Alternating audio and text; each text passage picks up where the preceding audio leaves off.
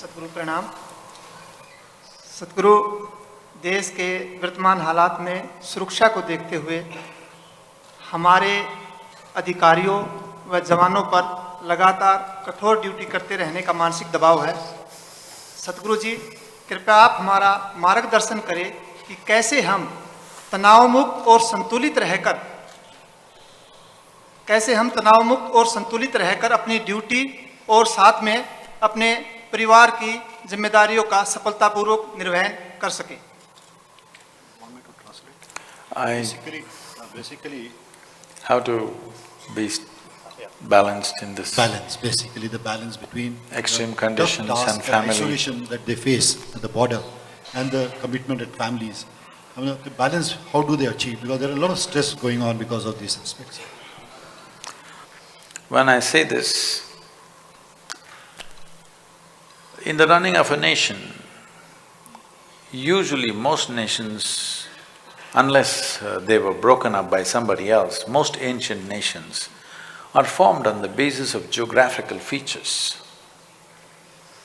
But we broke up in a hurry and we put lines which are very difficult to guard.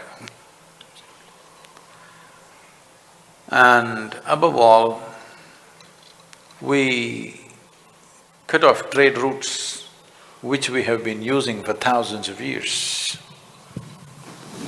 We've been trading with Damascus, Jerusalem, Greece, Rome for thousands of years through these routes, and we cut that off on the western border.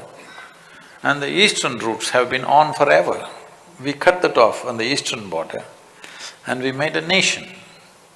Somewhere we were too excited about the idea of freedom, not really looking at the making of a nation. This is like, is it okay? It's a serious business, but can I tell you a joke? Yeah, please. Because in the forces, one thing that can sustain you on the border is that you tell each other some jokes. This happened. A pirate walked into an Irish pub. He had one wooden leg and a hook for a hand and an eye patch. Classic pirate. When he walked in and ordered his drink, the bartender looked at him and asked, "What happened? Last time when you came you were fine, what happened to your leg?" He said, "Oh, Her Majesty's cannonball took away my leg. And no problem, my carpenter on board fixed up a wooden leg and it's doing quite fine."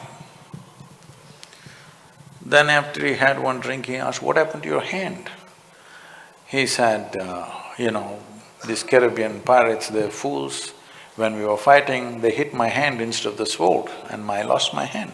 But no problem, our blacksmiths fixed up a nice hook and it works better than my hand." Then he asked, "What happened to your eye?" He said, "I was just looking up at the stars and the bird poo fell in my eyes." He said, "The bird poo won't take off your eyeball." He said, "Yes, I know, but I was new to the hook."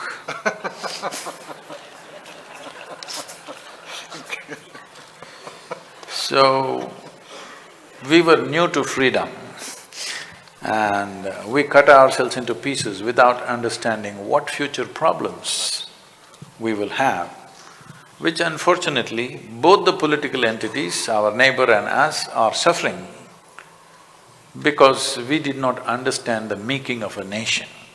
We only thought freedom means hoisting a flag and singing a song.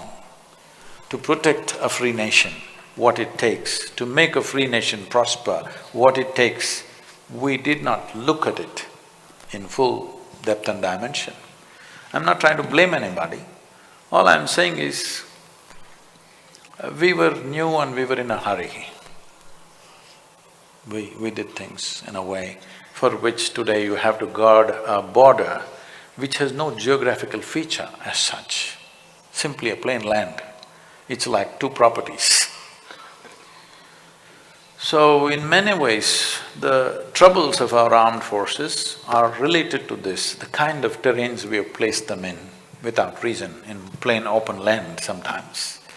So as your commander was saying, you are in minus 15 degrees centigrade and 52 degrees centigrade in Rajasthan, extreme conditions.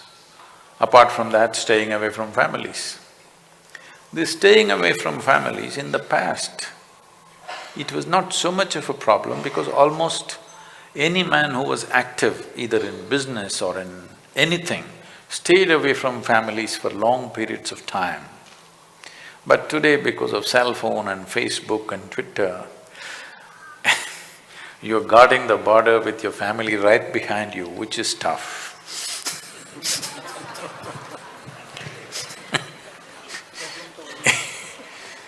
They've come very close to the border, your family, which is tough. Because when you're doing certain type of jobs, not only soldiering, when you're doing certain type of jobs, your women and children should not be around you. You cannot do that job well.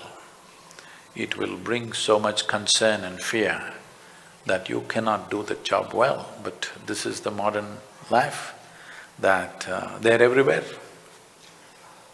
Every 5 minutes they can call you. So, there are issues like this is the trouble of the modern times, but at the same time, it is also a solace for the families that they can be in touch with you. But I can imagine what will happen to the families and to you. Suppose there is some kind of action, at that time, if you turn on your cell phone and let them hear the gunfire, this is going to be a disaster. I really don't have a solution for that. But we can teach you something, all the forces, where keeping your calm, keeping your chemical balance in the system, I'm not talking about even mental balance, more fundamental, keeping your chemistry in balance so that you can handle these things is possibility. But for this modern day communications, I would say excessive communication, not just for the soldiers, for everybody too much of communication is a bit of an issue, but we have to learn to deal with it. But I feel this is first generation of soldiers having this level of communication. Maybe in another 5–10 years they will learn to handle it, because you can't cut it off.